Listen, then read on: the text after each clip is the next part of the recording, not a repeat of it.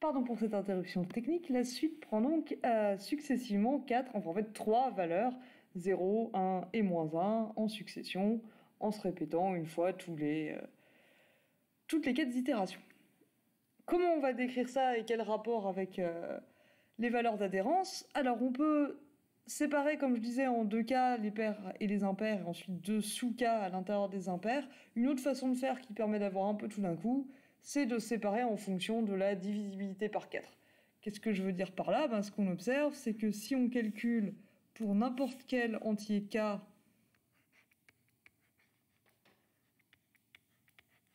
U4K,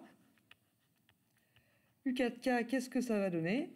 Ça va nous donner moins 1 puissance 4K, qui va faire 1, puisque 4K c'est pair, fois le cosinus de 4K plus 1 fois pi, le tout sur 2, qu'on peut séparer en 4K pi sur 2, qui va nous faire 2K pi. Hop, 2K pi, plus 1 pi sur 2, du coup ça nous fait 1 pi sur 2. Et cosinus c'est 2 pi périodique. Donc on obtient en fait la même chose que cosinus pi sur 2. Et cosinus pi sur 2, d'après notre superbe cercle trigonométrique, ça fait 0. Donc en fait, la sous-suite U4K de UK, de la suite qui nous intéresse, elle est constante égale à 0. Et donc la limite de cette sous-suite, c'est 0. Or, les valeurs d'adhérence, c'est les limites des sous-suites. Donc maintenant qu'on a trouvé une sous-suite qui converge vers 0, on en déduit que 0 est une valeur d'adhérence de la suite UN. Premier résultat, 0, c'est une des valeurs d'adhérence qu'on cherche. Fantastique, alors quelles sont les autres? On voit qu'en fait on va prendre les suites constantes une par une. La suite des événements, c'est 4K plus 1 du coup. Donc, pour tout k appartenant à n, si je calcule U4K plus 1,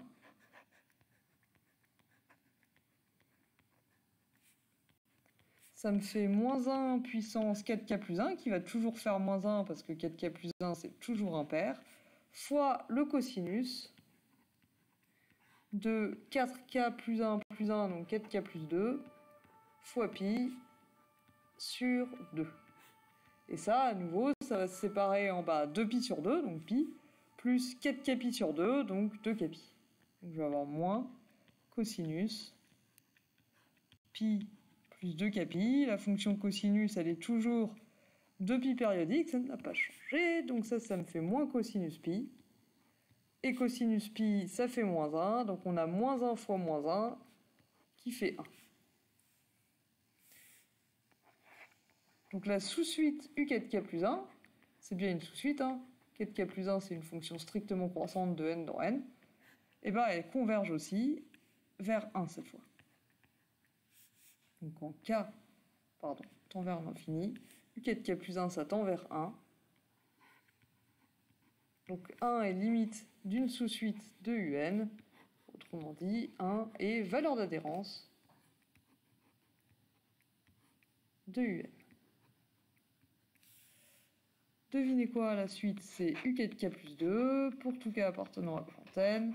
Si on calcule U4K plus 2, on obtient moins 1 puissance 4K plus 2. 4K plus 2, c'est pair, donc moins 1 puissance 4K plus 2, ça va faire 1, fois le cosinus de 4K plus 3, du coup, fois pi sur 2. Et ça, qu'est-ce que ça fait? Ça nous fait cosinus 3pi sur 2, cosinus 3pi sur 2 plus 2k pi, qui nous fait cosinus 3pi sur 2, qui nous fait 0. Bon, tout ça pour ça. Et du coup, ça tend vers 0 quand k tend vers plus l'infini. Ça nous dit que 0 appartient à l'ensemble des valeurs d'adhérence de UN. Alors en fait, on le savait déjà, on a déjà obtenu 0 avec la suite U4K, mais il faut traiter ce cas-là quand même, puisque à la fin, on voudra dire qu'on n'a pas loupé une valeur d'adhérence. Et si U4K plus 2 tendait vers autre chose que 0, ça nous ferait une autre valeur d'adhérence qu'il faudrait prendre en compte. Et le dernier cas possible, c'est... Enfin, le dernier cas possible. Dernière chose qu'on a observée, c'est que quand mon entier n est de la forme 4k plus 3, U4k plus 3, ça me fait moins 1 puissance 4k plus 3 qui va faire moins 1 fois le cosinus de 4k plus 4 fois pi sur 2. Et ça, c'est pareil que moins cosinus, qu'est-ce qui me reste du coup? 2k plus 2 fois pi. Donc 2 fois k plus 1 fois pi. Donc c'est un multiple de 2pi, donc c'est pareil que cosinus 0. Cosinus 0, ça fait 1, fois moins 1. On a vu que U4K plus 3, ça fait toujours moins 1. Ça tend vers moins 1 quand K tend vers l'infini. Donc moins 1 est limite d'une sous-suite de UN, donc c'est une valeur d'adhérence de UN, et c'est à peu près tout ce qu'on avait observé jusqu'ici. Donc ce qu'on a obtenu, c'est que l'ensemble 0, 1, moins 1, il est inclus dans l'ensemble des valeurs d'adhérence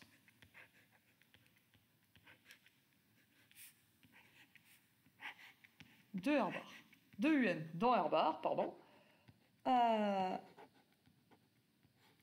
On n'a pas encore montré que toutes les valeurs d'adhérence de UN, c'était une de ces trois-là, mais d'un autre côté, en fait, n'importe quel anti-N, il va tomber soit dans les multiples de 4, soit dans les entiers qui s'écrivent 4k plus 1, soit dans les entiers qui s'écrivent 4k plus 2, soit dans les entiers qui s'écrivent 4k plus 3.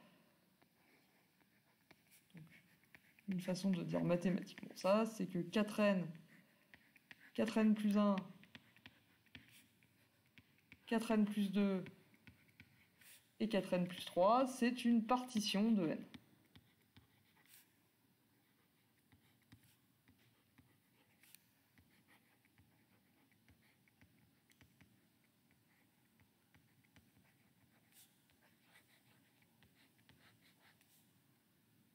Donc ce que ça veut dire, c'est que si vous avez une sous-suite convergente de UN, soit ça va être une sous-suite de U4K, une sous-suite de U4K plus 1, une sous-suite de U4K plus 2 ou une sous-suite de U4K plus 3, ou alors ça va être une suite qui va alterner entre plusieurs cas, infiniment, c'est-à-dire elle va pas être égale, elle va pas être une sous-suite de U4K plus 1, U4K plus 2, U4K plus 3 ou U4K à partir d'un certain rang, et si elle fait pas ça, si elle n'est pas une sous-suite d'une des 4 qu'on a déjà considérées, et ben en fait elle ne pourra pas converger, puisque du coup, à l'infini, elle va osciller entre 2 ou 3 valeurs, et donc elle ne pourra pas être de Cauchy, et donc elle ne pourra pas converger. Donc toute sous-suite convergente de UN va être, au moins à partir d'un certain rang, une sous-suite de celle qu'on a déjà, puisqu'il n'y a pas d'autres endroits dans les entiers où se cacher, en quelque sorte.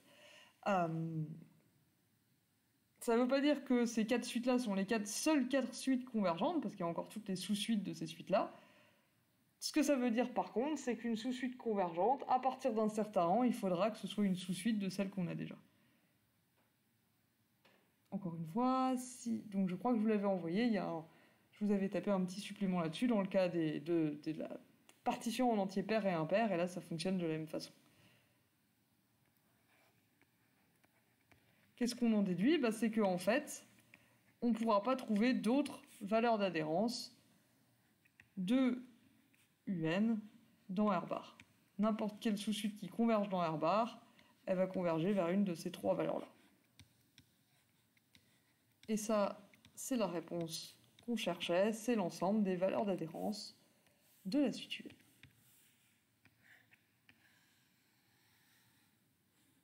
Fort bien. Qu'est-ce qu'on nous demande ensuite? On nous demande de déterminer la limite supérieure et la limite inférieure de UN. Alors là, du coup, puisqu'on a l'ensemble des valeurs d'adhérence, ça va être très simple. La lim sup de UN eh ben, c'est le max de l'ensemble d'adhérence. C'est le max de 0, 1, moins 1, et je ne pense pas que vous serez sidérés si je vous dis que c'est 1.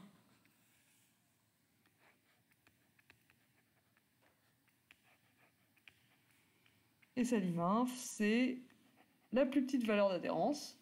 Donc c'est le min de l'ensemble d'adhérence qu'on a obtenu, qui lui fait moins 1.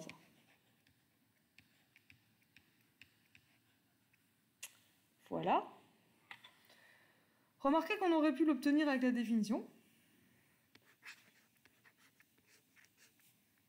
La définition de lim_sup et liminf, c'est pas plus grand des plus petites valeurs d'adhérence. Vous vous rappelez, pour définir la lim_sup et la liminf, on introduit un ensemble pour chaque entier n que je vais appeler xn, et c'est l'ensemble de tous les termes de la suite à partir du nème. Donc il y a un plus 1, un plus 2, un plus 3, etc. jusqu'à l'infini. Tous les termes de la suite à partir du nème, je les mets dans un ensemble qui dépend de n du coup et qui s'appelle xn.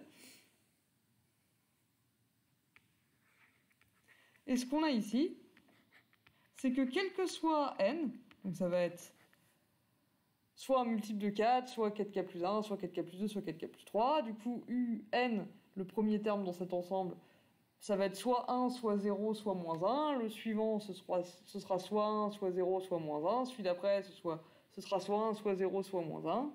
Et ces trois valeurs vont forcément apparaître. Et donc, rapidement, on va se retourner en rond. Et comme dans un ensemble, on ne met pas plusieurs fois ce qui se répète, en fait, on va obtenir xn, c'est cet ensemble-là. Mais du coup, pour déterminer la lim_sup et la liminf de la suite, on avait dit qu'il fallait regarder le sup de cet ensemble, donc ça dépend de n, puisque l'ensemble dépend de n. Sauf qu'ici, en fait, quel que soit n, ça fait toujours 1. Donc ça tend vers 1 quand n tend vers l'infini. Et la limite du sup de xn, c'est ce qu'on avait appelé la lim_sup de la suite un. Et de la même façon, si je regarde l'inf de cet ensemble,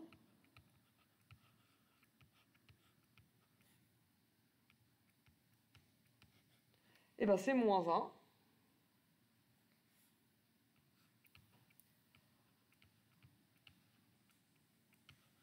Qui tend vers moins 1.